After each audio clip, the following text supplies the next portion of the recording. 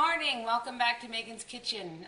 Today I'm going to be working with butternut squash. We've been receiving a lot of winter squashes in our shares, and this week I'm going to do butternut two ways. I'm going to do it in a caramelized butternut bake and a butternut soup.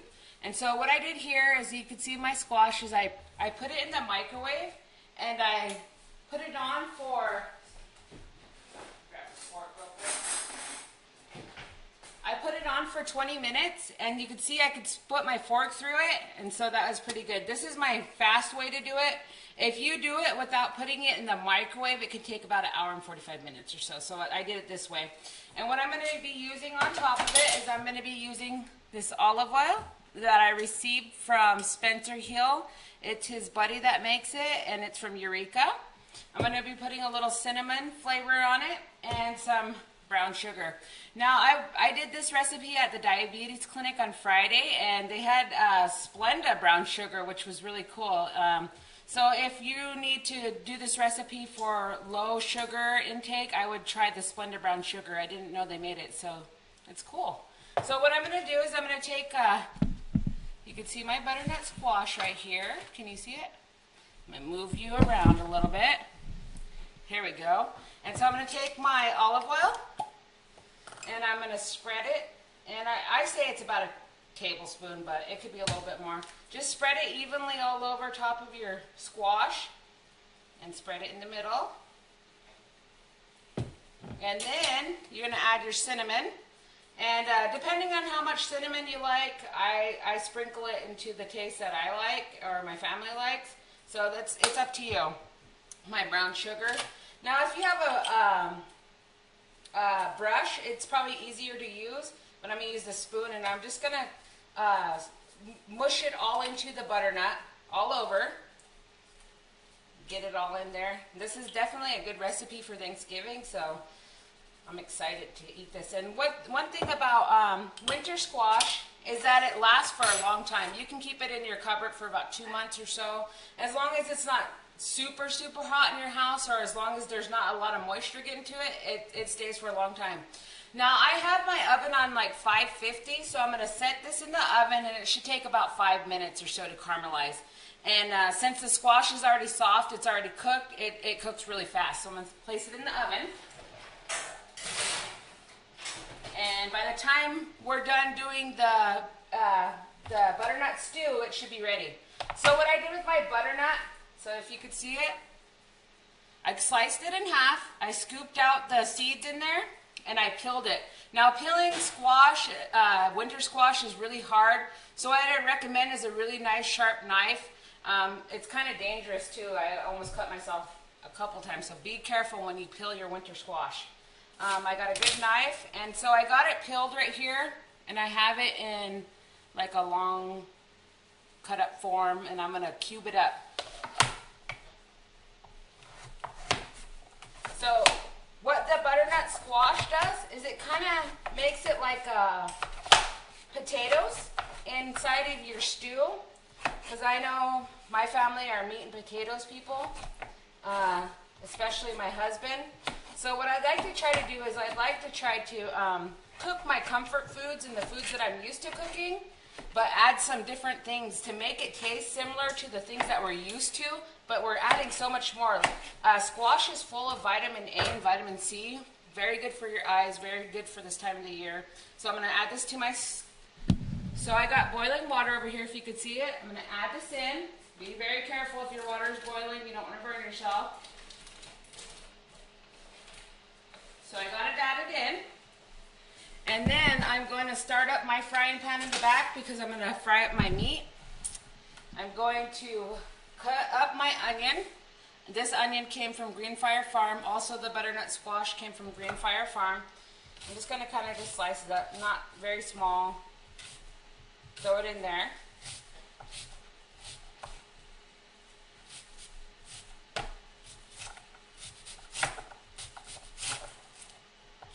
I say it's about a half a cup of onion.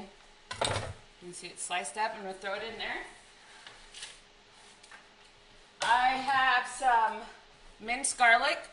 The reason why I like to do stews during this time of the year is because garlic's really good as an antibody for the common colds. And so I like to use a lot of garlic this time of year. Keep the families healthy. So I'm going to put about a tablespoon of the minced garlic inside my soup. I'll get that all ready. Now I have, this week I'm going to be using some deer meat. We just harvested this deer.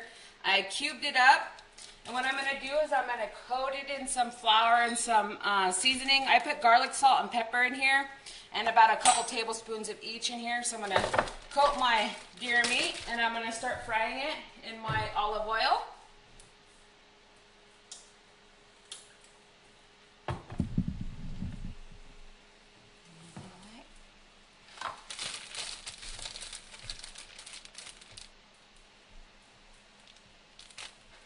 So why I fry it first is it's really quicker to make your stews this way.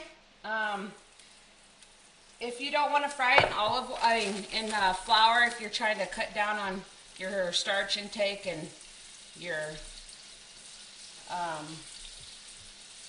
whatever you don't need for flour, I would just recommend that you fry it without, or you could use a wheat-based flour.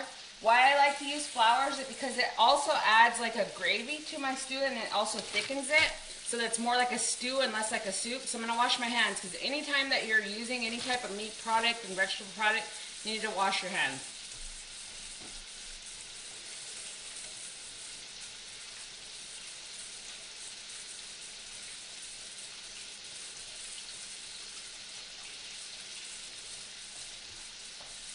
So while that's frying up, should just take a little bit of time.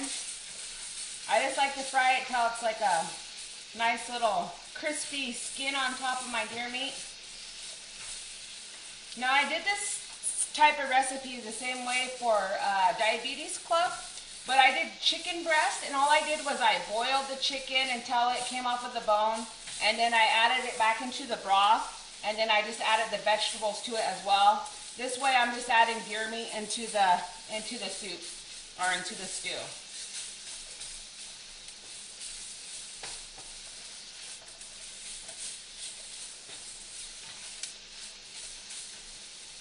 So as you can see, I have a nice brown. Let's see if I can move my light so you can see it better. I browned it, and I'm going to add it to my soup just like that. So everything's boiling up over here. We'll add that in, turn the stove off, kind of steer things around. Now I wish I had better pots and pans, but this one's kind of thin, so when you're using a thinner pot or pan, you want to keep your food stirring so it don't burn. I'm going to turn my light back this way. Okay, so now we have a conehead cabbage. This came from Green Fire Farm as well. This will add a good flavor to your stew. I will put up some information on Facebook to show you what type of values it has, and it's good stuff. I like using Brussels sprouts, so cabbage comes just as close to Brussels sprouts in my stew. So I'm gonna take my knife. I'm just gonna slice it up, just from the top down, just little thin slices. Not the whole thing. You don't have to use very much. It's just depending on your portion size, your family size. I have a family of 6, and so I try to cook a little larger. Sometimes you don't need to put as much, but that's probably about 2 cups of cabbage. I'm going to add that to my soup. And then, I know you guys were excited and you were waiting for kale, so I'm bringing back the kale, people. Now kale, we all know, is full of protein, it's full of vitamin A, full of vitamin C. I love using kale this time of year in the soups because it definitely adds that little extra immune booster that we need for our families. So what I'm going to do is I'm going to fold it in half. You see I folded it in half. I'm going to fold it again, fold it as many times as you can. I'm going to slice it up really finely.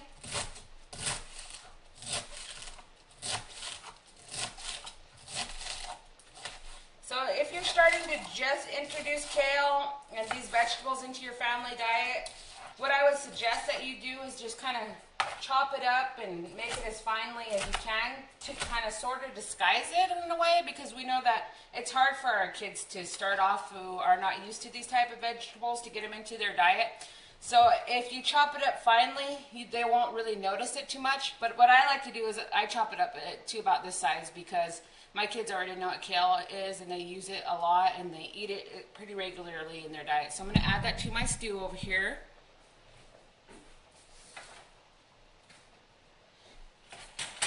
Now everything is boiling up really good, and all I want to do is really boil it until the squash is done in there, because it's kind of like the potato, and once it's nice and soft, it'll be done. So I'm going to check on my squash in here, which is doing beautifully. Get my pot holders, and I'm going to pull it out.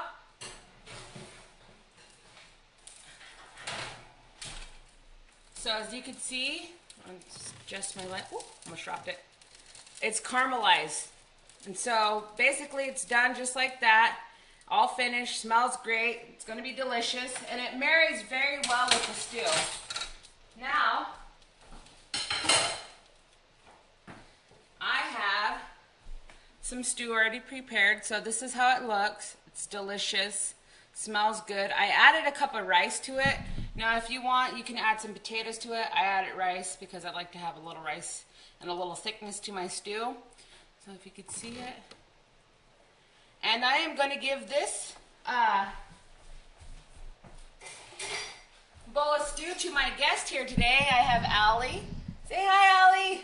Hi. She's going to try out our stew today and my caramelized butternut squash. So if you guys are interested, or if you need any more information, please comment on my Facebook website, and I shall see you again next week. Thanks for being here.